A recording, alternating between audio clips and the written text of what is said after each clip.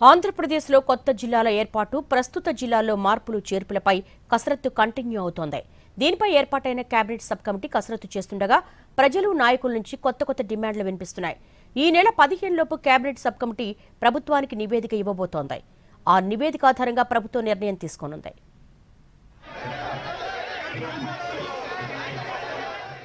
ఏపీలో జిల్లాల పునర్వ్యవస్థీకరణపై వర్కౌట్ చేస్తోంది ప్రభుత్వం.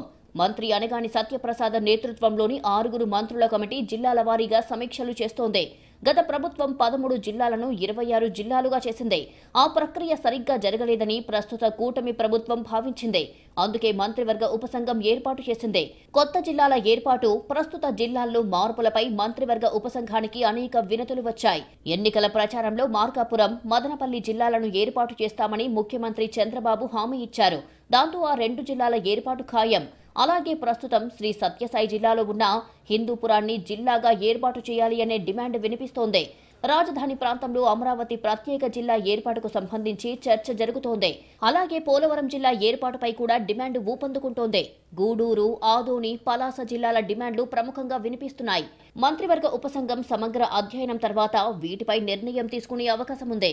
కూటమి ప్రభుత్వం ఏర్పడ్డాక వైఎస్ఆర్ జిల్లాగా ఉన్న పేరును వైఎస్ఆర్ కడప జిల్లాగా మార్చింది. మరికొన్ని జిల్లాల పేర్ల మార్పుపై చర్చ జరుగుతోంది.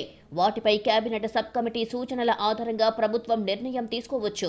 గత ప్రభుత్వం పద్ధతి లేకుండా జిల్లాలను విభజించిందని కూటమి ప్రభుత్వం పదే ఆరోపిస్తోంది. కొన్ని జిల్లాల్లో ప్రజలు జిల్లా కేంద్రంకు వెళ్లాలంటే చాలా ఇబ్బందులు పడుతున్న పరిస్థితి. అలాగే కొత్తగా ఏర్పాటు చేసిన జిల్లాలకు పేర్లు పెట్టడంలోనూ వివాదాలు తలెత్తాయి. మొత్తంగా జిల్లా, మండల, గ్రామాల పేర్లను మార్చాలంటూ, వాటి సరిహద్దులు మార్చాలంటూ ప్రజలు, ప్రజాప్రతినిధులు ప్రభుత్వానికి పదే విన్నవించుకున్నారు. ప్రజలు, ప్రజాప్రతినిధులు జిల్లా, మండల, గ్రామాల పేర్లు మార్పు, సరిహద్దుల మార్పుపైన వినతులు ప్రభుత్వానికి ఇచ్చారు.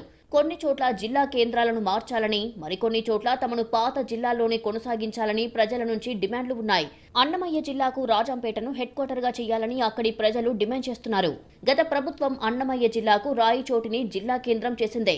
ఇక పశ్చిమ గోదావరి జిల్లాకు నర్సాపురం జిల్లా కేంద్రంగా ఉండాలి అనే డిమాండ్ ఉంది. సత్యసాయి జిల్లాకు హిందూపురాన్ని జిల్లా కేంద్రంగా ఏర్పాటు చేయాలి అనే డిమాండ్ ఉంది.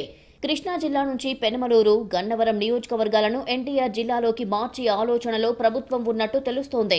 డిసెంబర్లోపు ఈ ప్రక్రియను పూర్తి చేయాలని సీఎం ఆదేశాలిచ్చారు. కొన్ని జిల్లాల పేర్లు మారే అవకాశం కూడా ఉంది. డివిజన్లు, మండలాల విభజనతో పాటు జిల్లాలు పెరగడంతో పాలన సౌకర్యవంతంగా మారాలి. కానీ కొన్ని సాంకేతిక ఇబ్బందులు వస్తున్నాయి.